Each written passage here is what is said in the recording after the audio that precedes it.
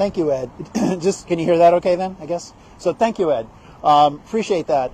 It's interesting. Ed and I had to talk about this. And, you know, diversity, equity, and inclusion, DEI, has become another one of those boogeymen for people. The best example on their side, and I think the worst example on our side, is the defund the police, because it's a bad phrase. And so it stood for something and it meant something that I think many people support, but it was so poorly phrased that it became easy to target. Critical race theory similarly has aspects, just as a phrase, that immediately rub people the wrong way. I think we should not in any way shy away from supporting efforts of DEI, or diversity, equity, and inclusion. You've heard me here talk before about those three words. Diversity is variety, and variety, we all know, is the spice of life. Who's against that? Equity is fairness, and we all learn in kindergarten. At least we may not know what's fair, we certainly know what's unfair. And inclusion is welcoming or belonging. These are all concepts that should be resonant, positive concepts that everybody supports. And if people say, sure, I support diversity, equity, and inclusion, but it's a question of the methods. Okay, great, fine, have that conversation. But as Ed says, it's such a antipathy towards the concept in general that it shows you it's really not an antipathy towards diversity or equity or inclusion. It's just antipathy towards the whole thing. It's just, we know what you guys are up to. It's when I stand there every week with my love your neighbor red, white, and blue sign and my American flag, and a handful of people flip me the bird. It's not because I'm saying love your neighbor or the American flag. It's because they know what I'm up to. So I think we can't shy away from that, and we have to be willing to be advocates for diversity, equity, and inclusion, because the underlying values are so important that we don't want people to just get lost in the words.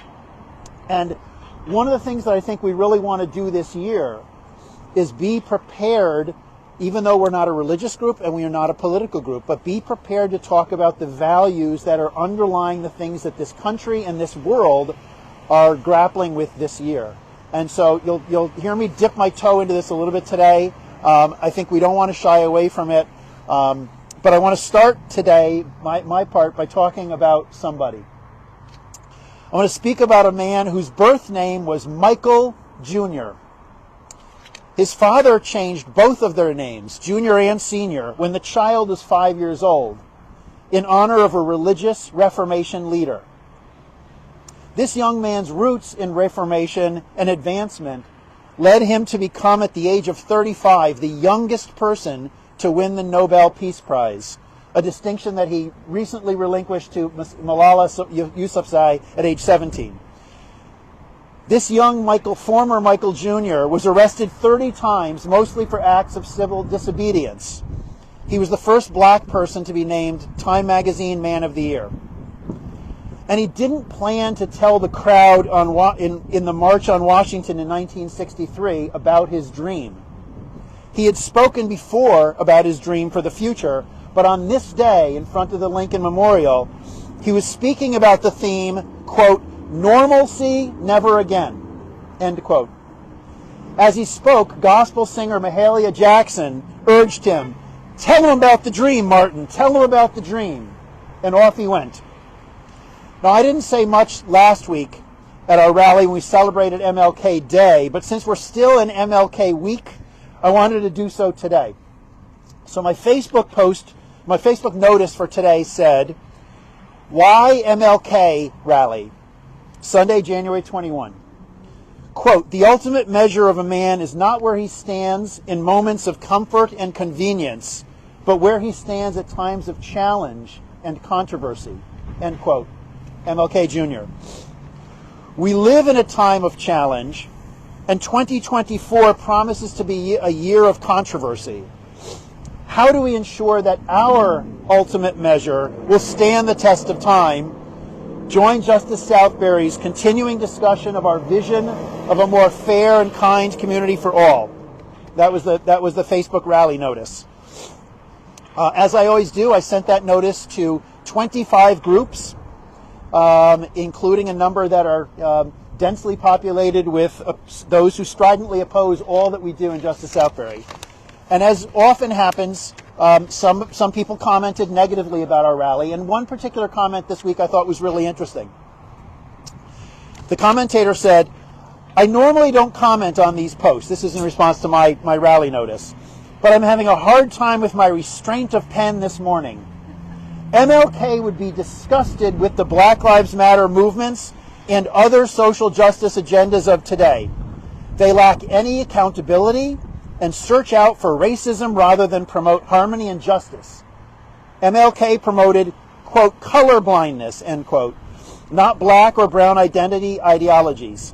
He was a great human being. Your statement, 2024 promises to be a year of controversy, is a testament to your quest to find racism." I calmly responded to him that he doesn't understand Justice Southbury and invited him to a rally. I don't see him here.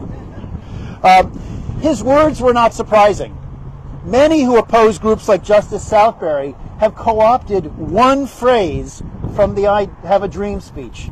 One beautiful, powerful, worldview-changing phrase about not judging others by the color of their skin. And the people who do this, who co-opt that phrase, try by limiting its context to claim that Martin Luther King Jr. would have rejected any discussion of race relations today. But the actual historical Martin Luther King Jr. did not argue for a colorblind ideology of neutrality toward racial inequality and did not condemn action in opposition to injustice. He was all about service to others. He was all about love over hate. Look at King's 1961 commencement address at Lincoln University, a historically black institution of higher education. Quote, "We are caught in an inescapable network of mutuality, tied in a single garment of destiny. Whatever affects one directly affects all indirectly. As long as there's poverty in this world, no man can be totally rich, even if he has $1 billion. As long as diseases are rampant and millions of people cannot expect to live more than 20 or 30 years, no man can be totally healthy, even if he just got a clean bill of health from the finest clinic in America.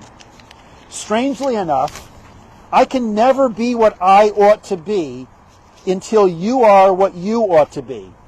You can never be what you ought to be until I am what I ought to be. This is the way the world is made." End quote. On that day in Washington, King did not say, quote, "Today we live in a world where we do not judge people by the color of their skin because we only judge people by the content of their character." He did not describe evidence of an objective that we had achieved, a goal now accomplished. He was not saying that our work is now finished. He did not say that we had reached the promised land.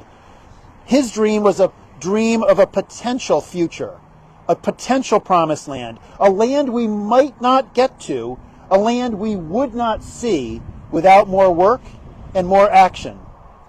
He said, quote, "I have a dream that my 4 little children will one day live in a nation where they will not be judged by the color of their skin, but by the content of their character."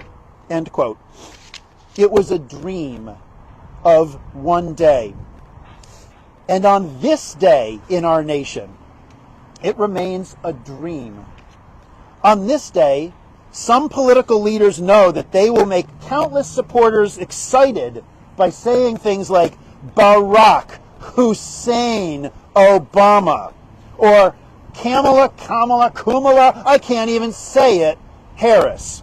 Or now, calling a woman who was born Nimarata Nikki Randhawa, but who took her husband's last name Haley upon their marriage, calling her not Nikki, not Governor Haley, not even my UN ambassador, or even Nimarata, her birth name, but calling her Nimbra.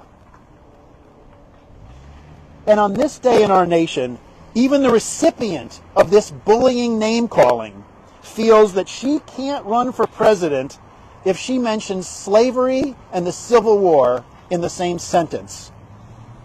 She feels that she needs to tell her followers that the United States has never been a racist country. And she's considered to be a moderate in the race.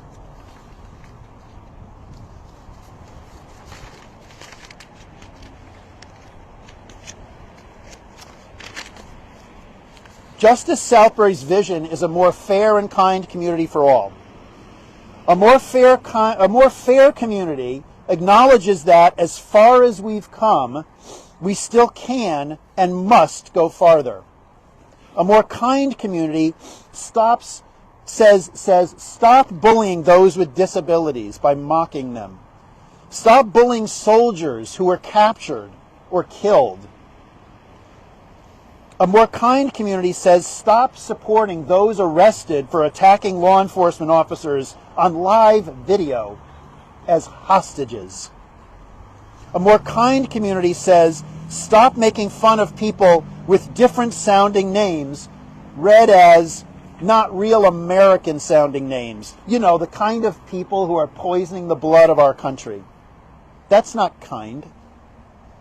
So the Facebook commentator who wrote, "Your statement 2024 promises to be a year of controversy," is a testament to your quest to find racism? No, it's the opposite. Justice Southbury is still here 191 weeks on as a testament to our quest to eliminate racism and to cultivate a more inclusive community where all are treated fairly and welcomed as equals. It's neither comfortable nor convenient to stand out here in the cold and the snow. But if Martin Luther King Jr. was right, that the ultimate measure of a man is not where he stands in moments of comfort and convenience, but where he stands at times of challenge and controversy, if that's so, then Justice Southbury will continue through week 200 and beyond to stand here at times of challenge and controversy. So thank you all for being part of that. Yeah! Thank you.